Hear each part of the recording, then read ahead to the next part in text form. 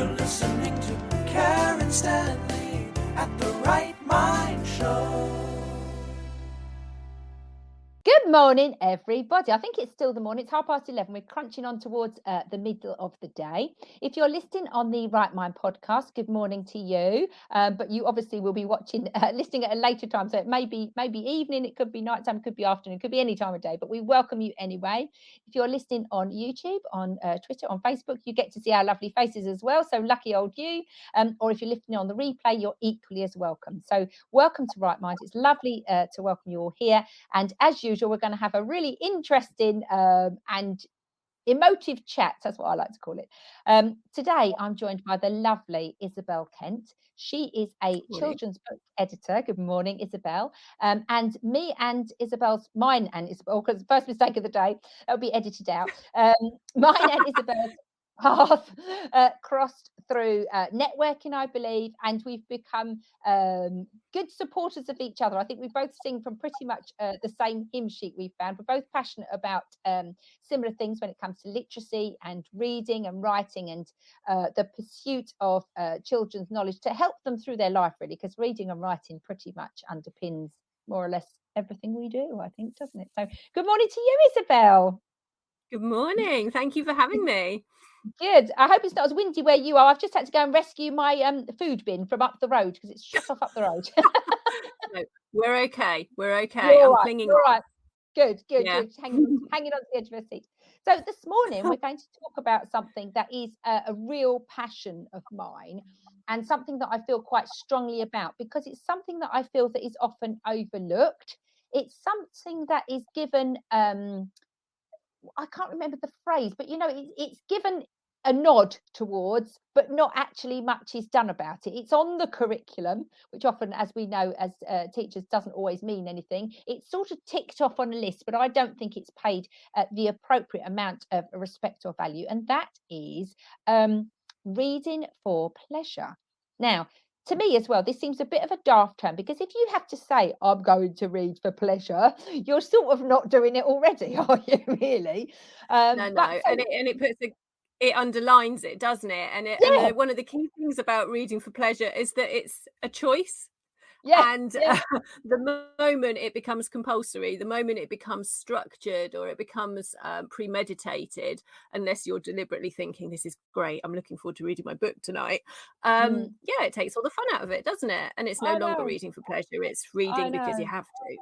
I know. And I think it was a government initiative to get more people reading. But as is often the way with government initiatives, I've found, it kind of misses the point. So for anybody who's not a teacher, reading for pleasure was introduced into the classroom a few years back.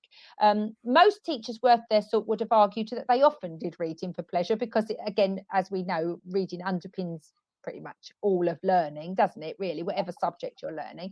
So it was introduced by the government because not enough children are reading for pleasure, and then kind of neglected to take into effect, and we'll talk about this later, about all the things that happen that actively take out the pleasure from reading, and we'll talk about those more as we go on. But just to start us off then, Isobel, what do you think is the point of reading for pleasure? I think it says it in a nutshell, doesn't it? That if you're reading and it makes you happy and it gives you joy, then you are reading for pleasure. And it's the things that come behind that, isn't it, that allow those opportunities and what's happened in your life to enable you to read and to find reading joyful. It's all of this. It's all part of a bigger package, isn't it? I know, and it does underpin.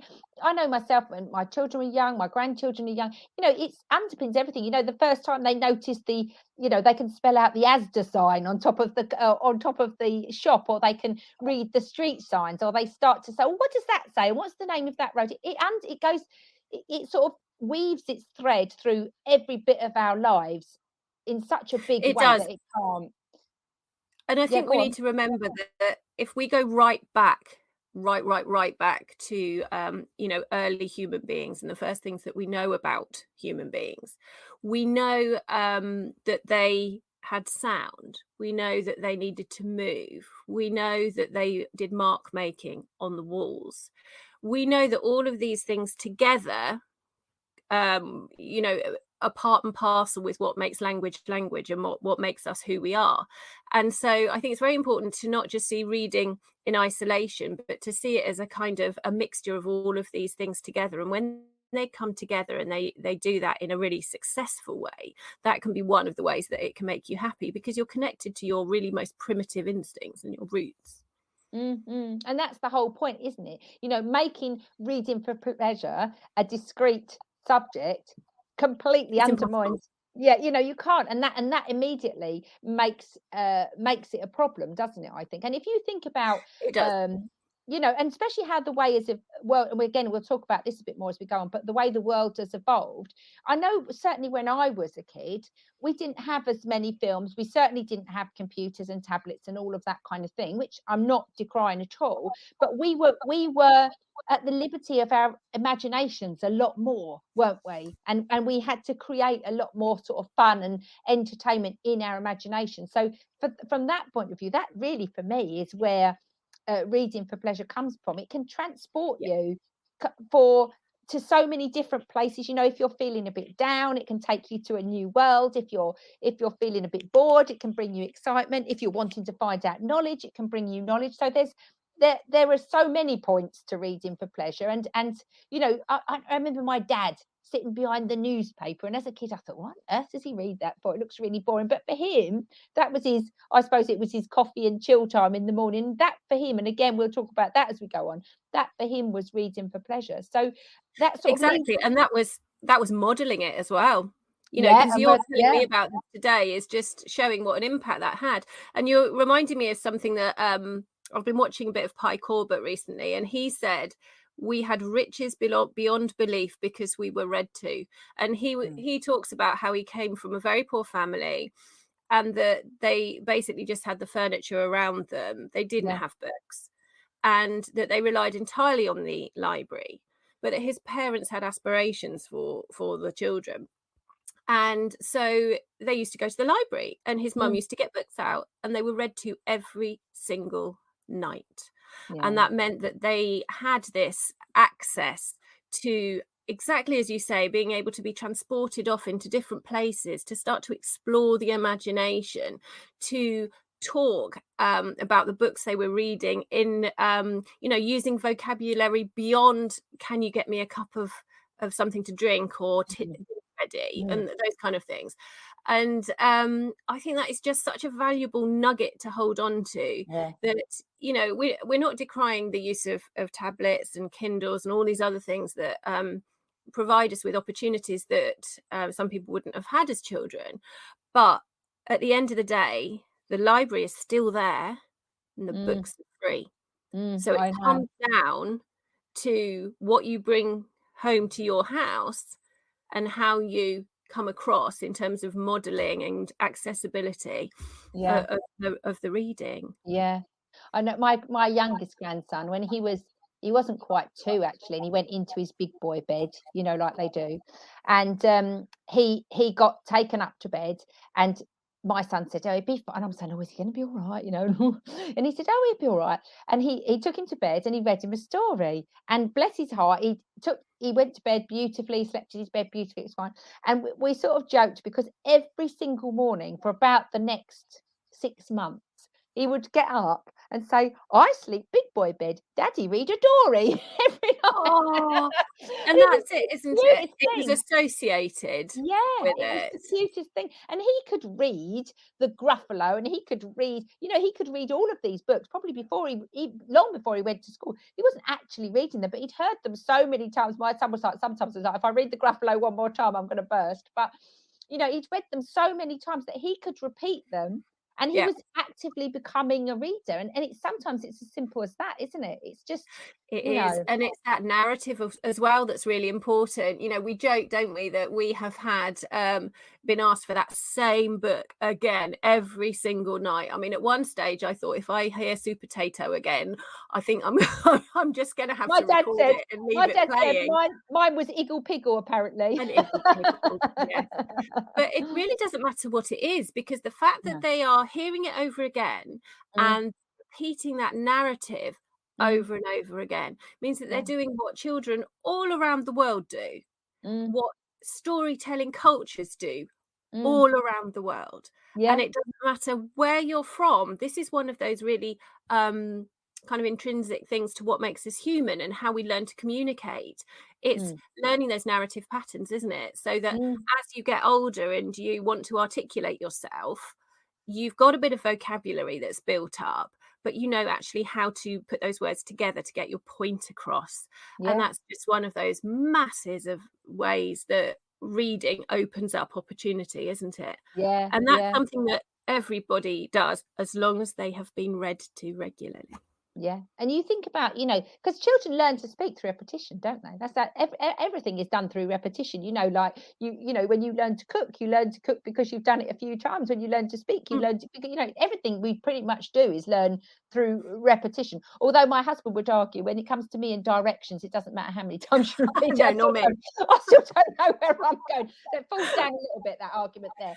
But I know I can visualize a mythical land, but I can't get myself to something I've never been before without a sat nav. I know. It's a different kind of part of the brain. It must be. Yeah. That bit of my brain is very much switched off. But yeah, I mean, and it's a beautiful and also the kind of the nurture attached to that. Some of the children that I've taught over the years, some of the real poor lambs who've had a really horrible, not a very nice childhood, have had chaotic lives, and most of the damage has been done by that lack, those simple things. It's not the fact that they haven't had a tablet or they haven't had, it's the simple things that no one's read them a bedtime story, no one has sat and chatted to them about just their day. It's those simple things that can have the most profound effects for good and for bad if they're left out. So, and that kind of brings me to my next point.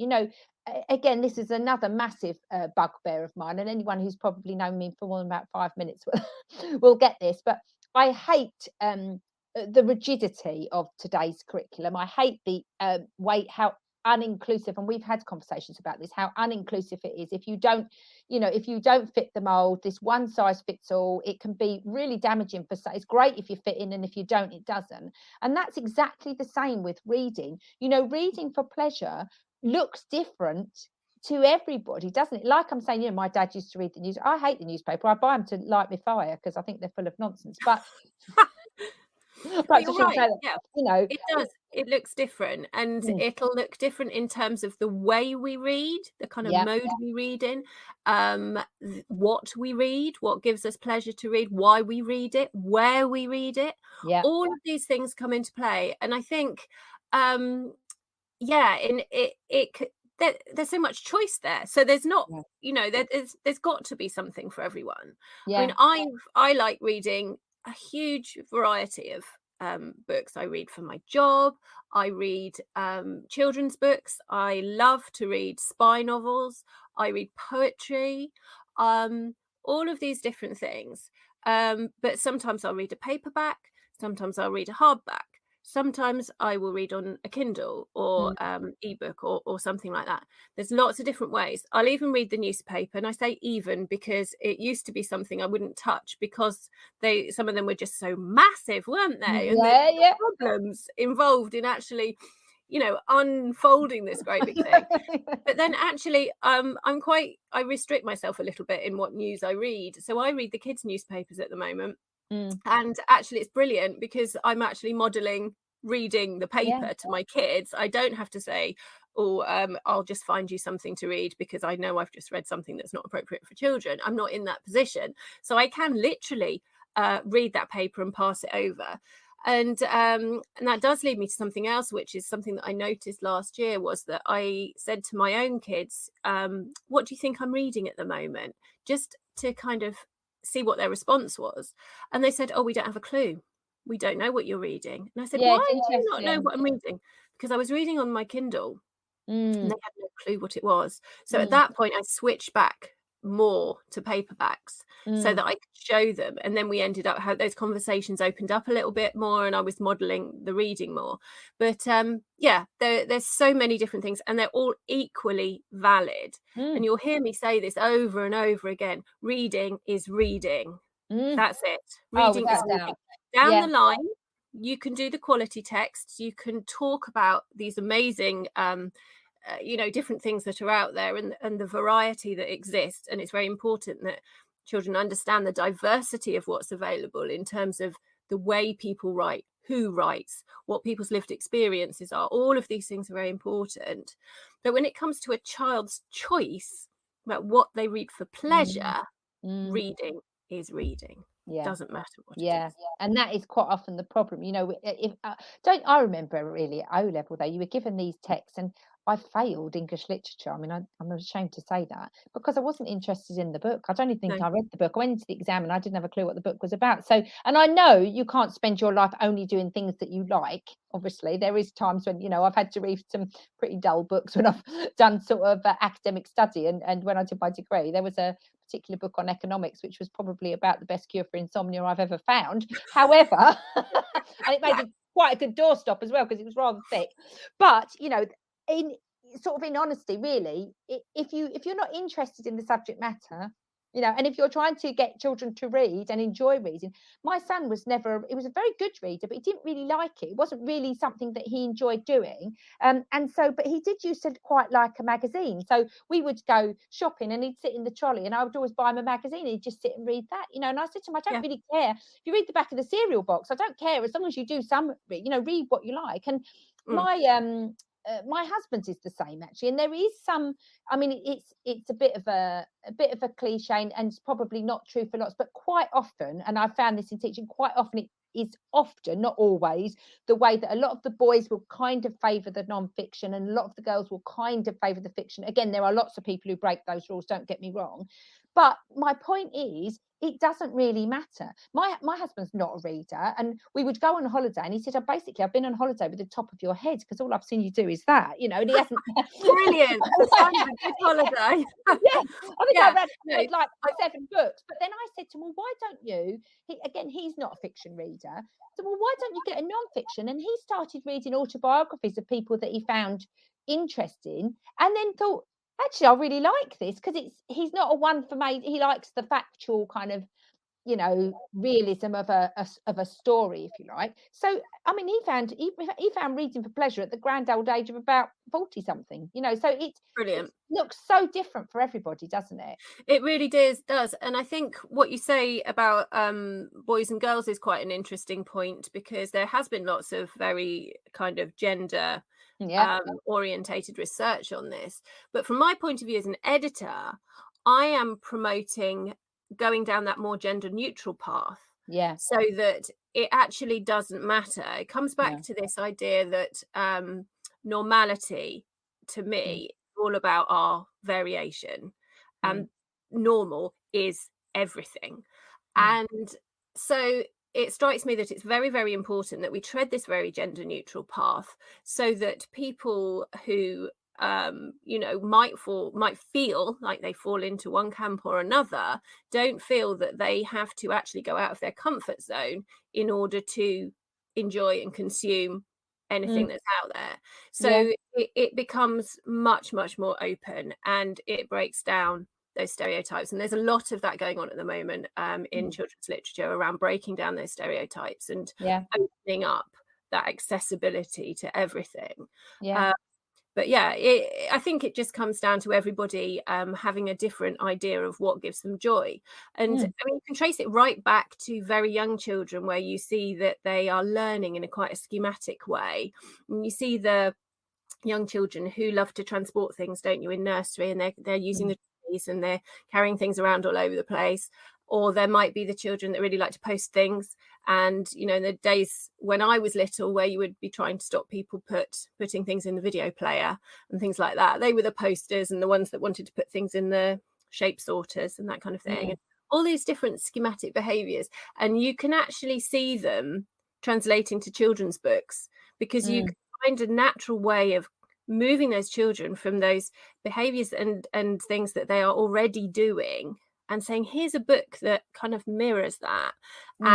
And what you're actually doing is you're picking up the joy, grabbing that book and finding the same joy in that book, and you can kind of use that book then to complement the way that they are already learning and already getting so much pleasure out of life. So there's so many different ways you can do it. Right down back to that very, very beginning, where they are just listening to your voice, and they've heard your voice when they were in the womb, and here they are still hearing your voice. And that's the very, very earliest part of that whole process, isn't it? With listening. And from listening comes the reading and the talking and the interaction that eventually will move on to writing. Yeah, it's a beautiful thing. It's such a lovely thing to process, to watch. My grandson, my biggest grandson's quite an avid writer, writes really lovely stories, quite dark stories, to be fair. He's more Stephen King than Barbara Cartland, I've got to be honest. Some of them I'm like, gosh, that's sad. But he's very good storyteller. And the little one, he's 7, and he's written and that's when I know learning is taking place in the right way, because he'd written a story in his free time. He hadn't been asked to do it, hadn't been told to do it, he hadn't done it at school, but he'd written he'd started a story about about a gorilla called Chunker, I think. Oh, awesome. And how he'd sacrificed himself, which I think was SACKRFIST, sacrificed himself. It's just so beautiful. I just love the innocence of that. And you wouldn't get any of that without reading. Reading underpins. And actually, I think what happens as well, we forget how much language underpins reading, and then reading underpins language. The speech and the reading, they're so connected. They're so tight. Yeah. And it starts before that, though, doesn't it, with the listening? Because until you hear it, you can't say it, and until you can say it, you can't write it. And then natural succession of things. So starting with this very kind of the importance attached to speaking and listening, especially when children are very small, is so important. But we know how valuable it is as we grow up as well. But I think sometimes perhaps we forget to revisit it. But I was listening to what you were saying then, and it just reminded me of one of my children who said to me, I don't know what to read. I don't know what to read. And I'm thinking, this house is full of books. There are books everywhere. And so we had a chat, and in the end he said, I don't know, I'll just have to write something. So he sat down with his pen and paper and wrote instead. The win-win. Yeah, exactly. And that is an example of a child who's been lucky enough to be brought up in a house full of books, full of storytelling. And I do know that. But for me, that was a really pivotal moment where I thought, you've made that. You had that awareness of the gap and the confidence to say, I can't find anything to read, so I'll write it myself then, because I can. Exactly. Isn't it? It is a beautiful process. It's such a lovely part of their development. And actually, I think as well, in schools, sometimes I've heard this, and it makes my blood run cold. I've become quite scary. I think I know what you're going to say. I become a bit like the Exorcist with the head spinning and the green stick.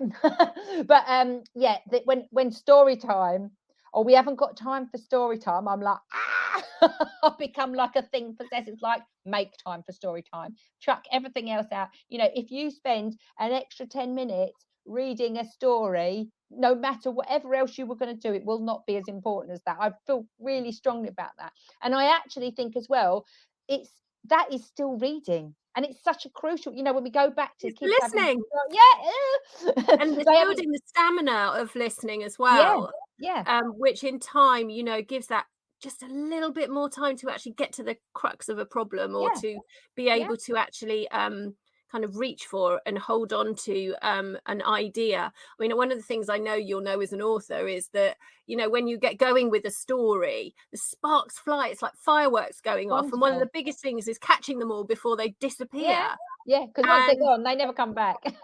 Exactly. So you need to learn, don't you, the mental gymnastics required to grab hold of all of those things and kind of make a mental kind of bookmark of everything. And if you step the process back, it's all about just having the stamina to do that, the open enough mind, that kind of 3D appreciation of what's happening all in one go. And no one will ever collect all of those fireworks when they go off, but you just got to try and get as many as possible, haven't you? Yeah. And the thing about, and that's the other thing as well, when children start to read, obviously their stamina is not always that great, and it's a bit, it's kind of quite still. So they don't always get as much pleasure from the story as they do when you read it. So hearing you read it, hearing you make the silly voices, hearing the nuances, hearing the kind of the dynamics of the text and all of that is crucial, because that's, you don't want them to grow up be what I used to call a robot reader, barking No, at no. things. You want them to, and actually, particularly as well, again, it goes back to my complete bugbear with the inclusion or the lack of it. If you've got children with speech and language difficulties, if you've got children who are learning English as an additional language, if you've got children who, for whatever reason, are having, maybe children who've got dyslexia, who are having trouble accessing those texts, then you reading it for them, you are their eyes, you are their reader. So I think it's such a massive, you can't pay enough. You can probably not surprised to learn I was in trouble a lot of the time as a teacher, but we would quite often scrap things. If children said to me, "Oh, don't leave it there, miss, read the next bit," I couldn't not, because that's exactly what I want from them, isn't it? That is exactly my whole point as a teacher, is to make them enthusiastic, is to make them love it, is to make them want to know more. Why would you stop exactly that. then? Why would you stop You then? must have It's like, felt no. amazing. Yeah. Yeah, and we mustn't forget, I think a couple of things came to mind as you were talking, that by reading to children, we can read texts that are above their own reading level, which is basically what you're saying, isn't it? Yeah. But to remember that goes on and on and on. And, you should not worry about reading to a 12 or 13 or 14-year-old. No. I mean, I was very, very lucky, I know, but my dad used to read to us most nights. And even when I was well into my teens, he was reading to us. And it used to be just our bit of time in the evening when we would connect with him, when he'd had a very, very long day. We'd been doing all of our things. And it was that moment it was a bonding moment. It was that moment of reconnection. But also he was reading us, Robert Louis Stevenson and people like this, when we were kind of 13 or 14. And it was great. It is one of my best memories. Beautiful memory. And he was modelling reading, because he was reading to us way beyond when society kind of somehow deems that it is acceptable. It's very peculiar, but essentially, as adults, how many times do we listen to audiobooks? Exactly. And it's not seen as silly then, is it? Not at all. And before audiobooks, we would listen to the radio, wouldn't we? Yeah. Or there might be a story on over lunchtime. And, somehow that's acceptable, but reading to your teenage children isn't. I don't know. Maybe it's quite hard to get them to join in. And sometimes teenage children are like, bog off, my mum's busy doing me. I get that. Yeah, no, I quite get that. And maybe I've got that to come. Well, but but the thing, but my grandson, my eldest grandson, sends me the stories that he's wrote. He's effectively reading to me, isn't he? He's 13.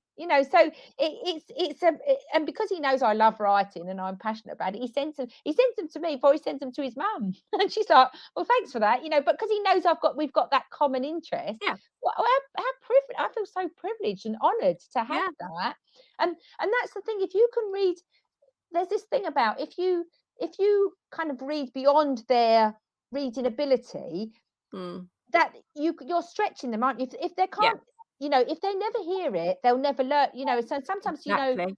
And it goes back to this thing, doesn't it, where you say that they've got to hear it before they can talk about it, and then and go on to write, which is obviously what you hope will happen. But just having somebody read to you in person, that's where you get the bit that you don't have from the audiobook, isn't it? Where you do have that opportunity to just stop, or and talk about something, or to feed off your audience, I guess, if you're lovely. I love it. Sorry, I was going to say, I think there's a danger as well, with all of this, that you and I have had this training and we've had this experience in this area, and the danger that I worry about is that parents will think, well, I've missed the boat. Oh, so it's never too late. It's never too late. I think it's really important to say that, and to remind everybody that it just doesn't matter what stage you're at or what you've done to date.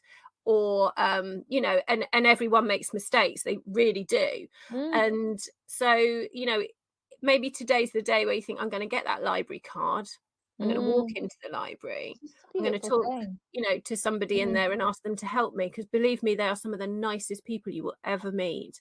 And they're And pleased you're there. they are delighted you're there, you're supporting a library, you're getting something for free, Yeah. and it's somewhere to go when the rain comes down and your bus hasn't arrived yet. Yeah. And, Yeah. but Why not? there's so many authors attribute their success to the relationship they've had with libraries as Yeah. well. So for the people that are writing, it's just so invaluable to make those Wonderful. connections, and they will Yeah. help you, you know, in your Wonderful. writing journey as well. We were chatting just before we came on air about I don't know if anybody out there watches the Repair Shop, and Jay, I'm not sure of his second name, he's the guy who is the presenter, and there's a documentary which Isobel and I have both want to catch up on replay. But I was chatting to my friend at the weekend, and she's a deputy head teacher. We talked together for many years. I've known her probably 20 odd years, and she was talking about this documentary, and he actually is severely dyslexic and went through school thinking he was an idiot and he couldn't do this and he couldn't do that. And I won't spoil it for people who haven't watched it, but basically what she was saying, the documentary was about his journey and how, you know, what he had to do to overcome the fact that he couldn't read at all. And he finally learnt to read at the grand old age of 51. I mean, It's an awesome role amazing. model. Yeah. And he'd actually got into university.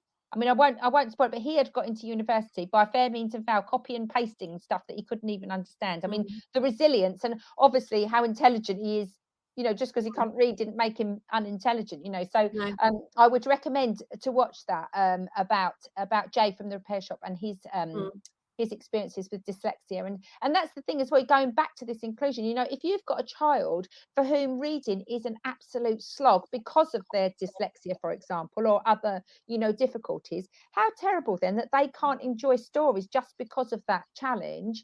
Then enable them, you know, Yep. by offering them audiobooks, by reading them stories, you know, because they should, you know, say it's no different for someone who hasn't got the gift of sight. You know, they still want to access stories, so they might use braille or they might use audio. You know, there's no. And my nan, bless her heart, she had a sort of degenerative thing with her eyes, and she went more and more blind as time went on.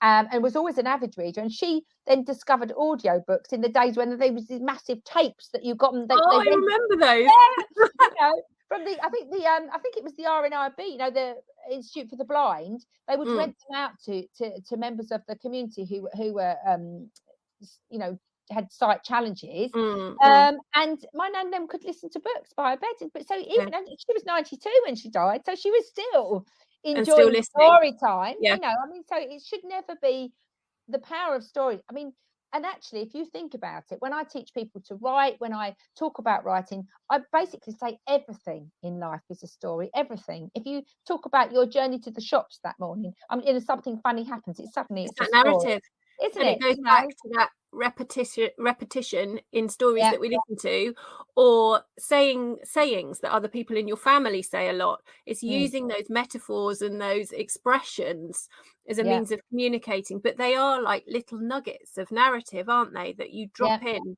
to conversation, and it all stems from that. And that reminds me, with the learning and the teaching of children who may have some additional needs, in order to be inclusive, one of the best ways is to do these stories that you just do verbally. And you can use things like story maps and descriptions and pictures to support what you're saying, can't you? And to show a sequence of events, or even use objects, so that by the end of your story, you've got your objects lined up, which are like a visual aid to those children retelling the story. Yeah. At the point at which you retell, or your child says, can we read that again, because I like the bit when this happens, or when they know what happens before you turn the page, or what you said with the Gruffalo and your grandson knowing, oh, you know, no, don't you know, there's no such thing as a Gruffalo. Exactly. And can retell that story without actually reading the words, means that It's a reader. oral tradition is what's being passed on. Yeah. So if they can listen, absorb it, retell it and externalize it, and then they'll start using that as a means of copying, won't they? That becomes like a template for their writing down the line. It's just so valuable. Oh, it's amazing. Yeah, it is, and you think about, like I often say this, if you can talk, you can write. So if you can tell a story, you can read, so, but you think about Little Red Riding Hood, you think of Billy Goat's Gruff, you think of all of those stories. I mean, goodness knows when they were written. I mean, hundreds of years ago, probably. Round and a they're part of our campfire. oral tradition.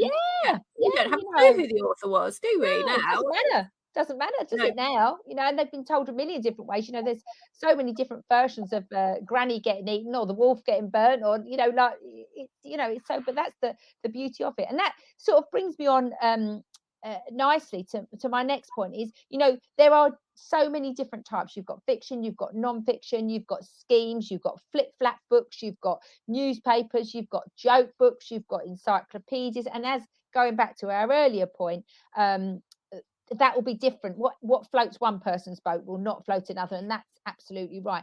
And I think we should just briefly touch on these days, especially, and we've sort of touched on it a little bit, is there so many different modes of reading now, aren't there? We think about screen and paper.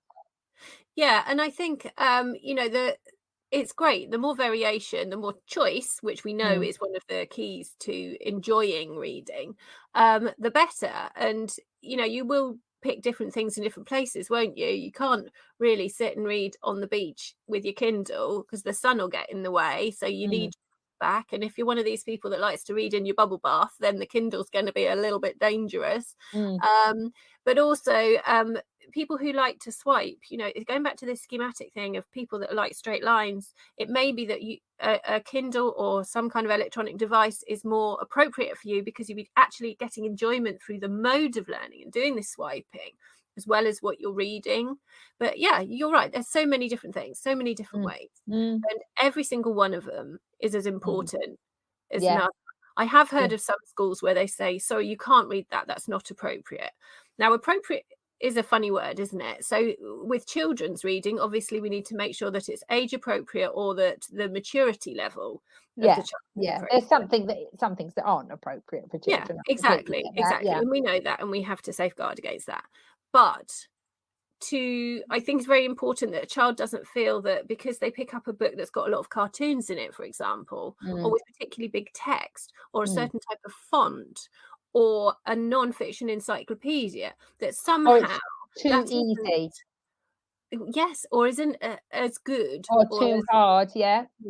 as something else. I really feel that distinction needs some work. Generally in society, to feel that one thing is better than another. Yes, there are amazing, really good quality texts out there, but it comes back to what I keep saying, that reading is reading, and I don't mind what somebody is reading. No.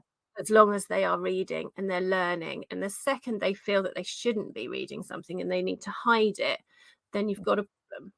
That's the barrier to their reading.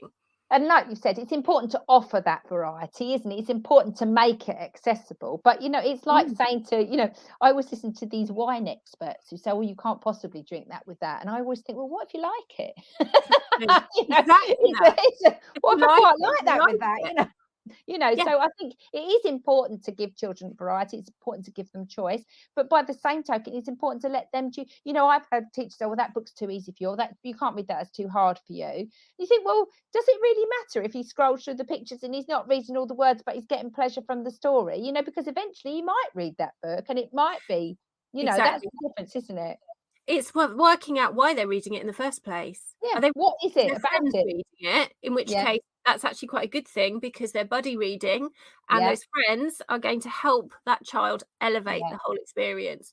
Or are they reading it because they love the story and they want to read it again? Oh my goodness, the things you spot the second time you read something, not least because I'm an editor, but the second time you read something, you quite often see something completely different in that story. I read a spy novel not that long ago. No, it wasn't a spy, it was an investigator one. And I read it once and I didn't see the ending coming. So I was like, brilliant. How did she do this? So I read it again immediately. And I was like, and now I need to see how it's crafted. Now that's the way I might reread something. But a child will reread it differently, won't they? They'll see things coming and they'll anticipate them, and it'd be exciting, and they get the fluency. Why That's do we watch pretty films? awesome. Why do we watch films over and over again? You know, we don't just use it and then we're done with it, do we? It's like, you know, so I think with regard to reading on paper or reading on screen, again, I think it's good to have diversity. It's good to have that choice, but it's also my latest book has come out in ebook form, and that's part of my. I want to write a lot of short ebooks this year, and then have a paperback at the end, sort of a Christmas Yeah. special.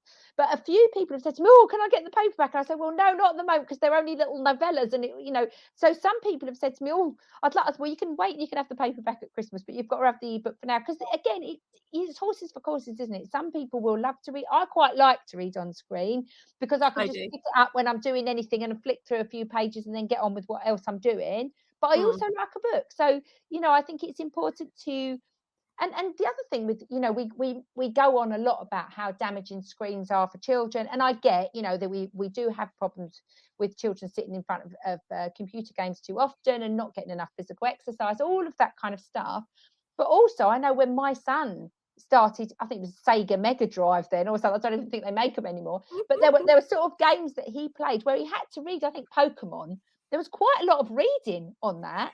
And Now, there's visual storytelling as yeah, well. yeah. Yeah, If there I was was some research a couple of years ago that I must read again actually, that was actually advocating the visual storytelling and Yeah, highlighting how yeah, that really is really complementary to yeah, children who are visual learners. yeah, And that brings me again to what you were saying about the mode of learning and how technology has allowed us to be more inclusive yeah, by allowing us to change the font, change the background, and all those kind of things mm, that we weren't able to do before. You know, all books came out in black and white or cream and white as a standard yeah, text, you know, other than a picture book or whatever. yeah, And yeah, it's enabled us to accommodate people who do have different needs in terms of text, and yeah, being able to switch from text to audio as well, yeah, to be able to read that way and listen.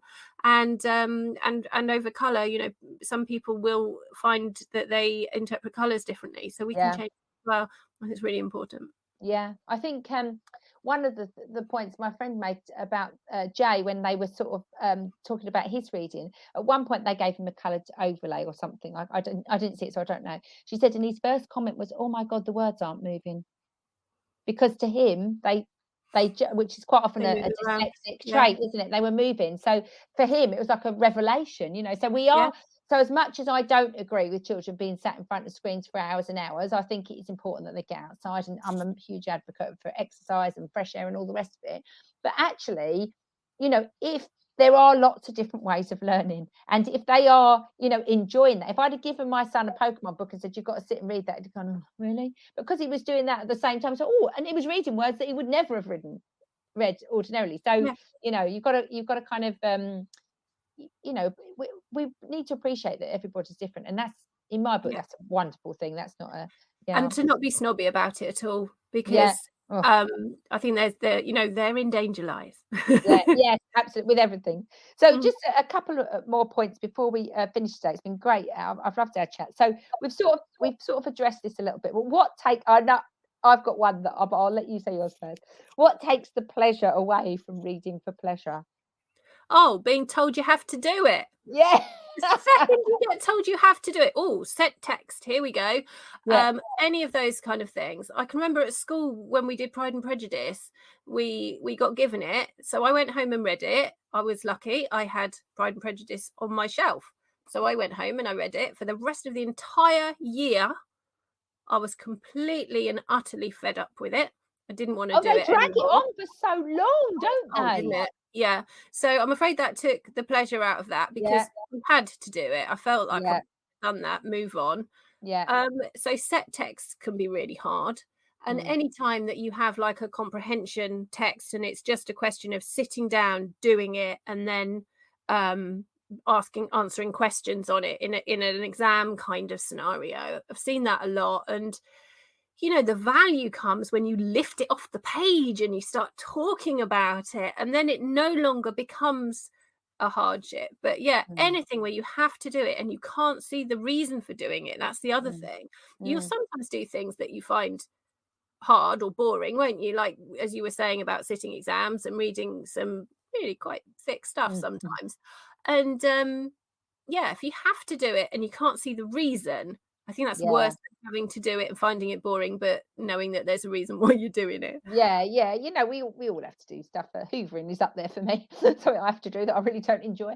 But yeah, for me, it's pretty similar to you. The bloody book review. It's like, right, you're going to read Oh this yeah, book for pleasure, and now and particularly for young children who are maybe struggling to write, and writing takes a lot longer than reading, doesn't it? It can be a yeah. really arduous, all of that. So you're going to read this book, and then you're going to write a review. It's like, oh God, you've just taken every bit of pleasure that I found in it in the book. Oh, would you recommend this book to a friend? Who Yeah, cares?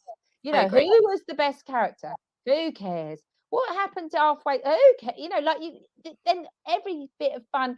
I agree with you. If you could get up and say to the kids, right, someone stands up and tell me their favourite book and tell me all about it, or someone tell me up and tell me their worst book. What was the worst book you ever read? Exactly. Yeah. And why was it awful? And why do you think it's a pile of old rubbish and should never have been in the bookshop?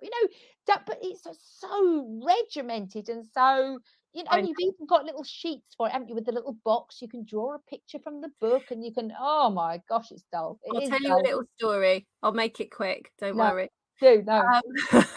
When I was a school librarian, one of the things that I used to do is I had a cool wall, which you might remember from Top Gear, Mm, where it had 4 columns. And I can't quite remember what the titles were, but they went basically from utterly amazing through to absolutely dreadful.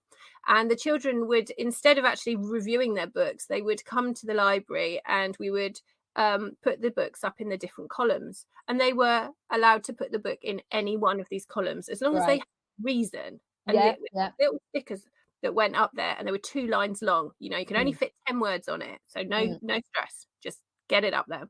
mm. But what they were allowed to do was they were allowed to move the books. So as long as they could either support or challenge this book, and they could move it from one column to another as long as they had a good reason. And these books started to become mobile between the columns. But the best bit was when the teachers put a review up and the children moved the book. And it got It feels really exciting. naughty, doesn't it? It feels Yeah, naughty. Yeah. but it meant that everybody's opinion was valid, Yeah. and that it didn't matter if your opinion wasn't any better or any worse than anyone else's. They were all valid as long as you had a good reason for it. And that was how we did book reviews, because Yeah. you're I like right, them. it can Mm. take the pleasure out of it. Yeah, and a book review is a very subjective thing. Again, goes back to our early point. Books that I love to read, someone else might find Oh dreadfully yeah, dull, and vice versa. And it's yeah, okay exactly. to say, I don't like that book. I thought it was rubbish. But and the other thing as well, what is quite clever, it gives the teacher insight to go, well, we won't choose that as a text because nobody Yeah. likes it. Win Yeah, win. exactly. You know Definitely. yeah, yeah, if you can't, take the horse to water and all that kind of stuff. On the flip side of that then, and I think we've pretty much covered this, what encourages a reading for pleasure, and we've talked about being enthusiastic, about modeling, about, recommending books, story time. Is there anything else that we haven't covered, do you think, that really encourages reading for pleasure? I think we've pretty much covered Yeah, I most of think it, that's haven't pretty we? much there. I mean, I Mm, was really pleased to see Millie Johnson, who is a top um, writer for adults and is very often on the top of the top tens, saying not that long ago how important it was that we understood that these kind of books that are generally considered to be the very lightweight paperbacks are actually given a little bit more credit, because what they're doing is they're encouraging reading for pleasure. That's yeah, exactly what they're yeah, there.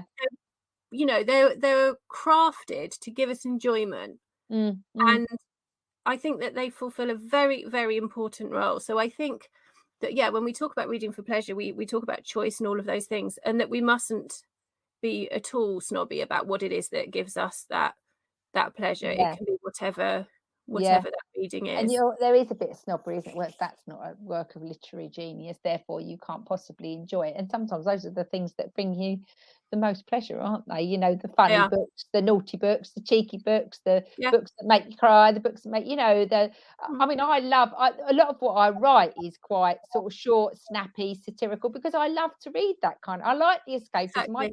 I don't want to work for it when I'm relaxing. I don't want loads of drama and misery. I want feel good, you know. So that's what I like to write. So who's to Yeah. say that, well, you shouldn't be enjoying that because this book's much more important? I think, well, I don't want to read it. You know, then it doesn't decry it for anybody else. But yeah, I think you're absolutely right. I think that, and I think we are coming away from that. Well, We're actually, just starting to yeah, drift from it. it's a long journey, I think, still. But yeah, we are coming away from the, well, it can only be considered good if it's got, you know, X, Y, and Z, or it's about something profound. You But only have to look at your own reading habits, don't you, to see that you will read different things at different times of the year, or you might have, yeah, you know, people talk about having a list of, or a TBR pile. I mean, mine is about 100 books high now. But I have got kind of 3 or 4 that are always on the go, and they will be completely different. I oh read Mark yeah, Johnson. I yeah, read your book. I will also read people like Anne Carson. I will read, you know, some really truly amazing children's authors like Philip Reeve. So the variety of what I read is just yeah, which is phenomenal. great, isn't it? It's like What music, you really, isn't enjoy. it? That, yeah, it sort of brings me on to my last point. We did sort of touch on this when we've talked before about music and movement, and how they're good foundations for reading, because reading isn't always static. And I think particularly when I was teaching in a school, and in one year in particular, we had quite a high percentage of EAL children. And this one year in particular, we had a lot of Eastern European children, a real influx into the school, and many of them had no English at all. So they were young, they were really upset. Some of them were hysterical. They'd literally arrived in the country, and then they're banged into a school where they don't Yeah, know right. anybody. They can't, I mean, it was Mm, terrifying actually for a lot of mm. them, and they were young, and they'd often come from not very nice circumstances, all of that. And one of the things I used to do a lot was we just used to sing. And and a lot of these children sort of came from sort of Romany or gypsy stock, so they were very musical, they loved to dance, you know, they were really quite animated and hadn't really been to school. So some of them were quite feral, to be fair. They were quite free, and you know, so I thought, well, what are we going to do to engage everybody and to get everybody to do something? And we used to sing all the time, and they were allowed to move, and it was a way that they could express themselves. They learnt the words to songs that they didn't even have the English for, because it's so much easier to learn to music, isn't it, to learn lyrics than it is Yeah. to learn a text. Well, it's So because you're they're, learning what's going on underneath. yeah, Yeah. yeah, Those so they, primitive patterns again.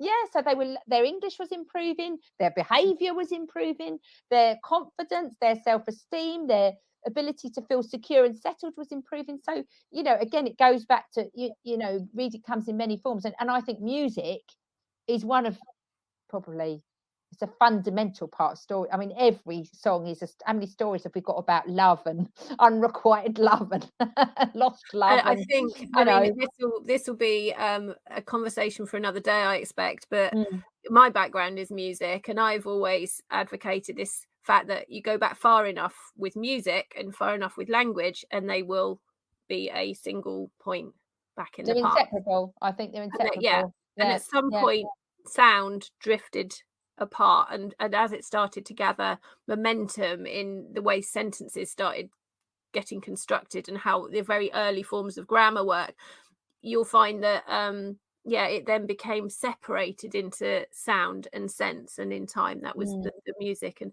so you put them back together, you're going to have a very, very heady combination, and I can see yeah, why that would work very well. yeah. Oh, and we had such fun as well. It was such fun. That's it, that's what it's about. And it Well, back to that oral part again. It's yeah, oral storytelling, yeah, and from there yeah. great things come. I know, I know. I don't understand this kind of train of thought where, you know, education's got to be staid and serious. I mean, you know, what's life if not to be enjoyed? It's so precious anyway. But anyway, that's another talk for another day. But I will definitely we'll definitely have to talk about music and language at some point, because I'm with you on that. You know, I think we both have sort of quite musical backgrounds, and that for me is fundamental to. We don't do enough music Absolutely. in school, not at all, not even close. But anyway, we could go on. So it's been a really lovely experience talking to you as always, Isobel. Thank you, and And you.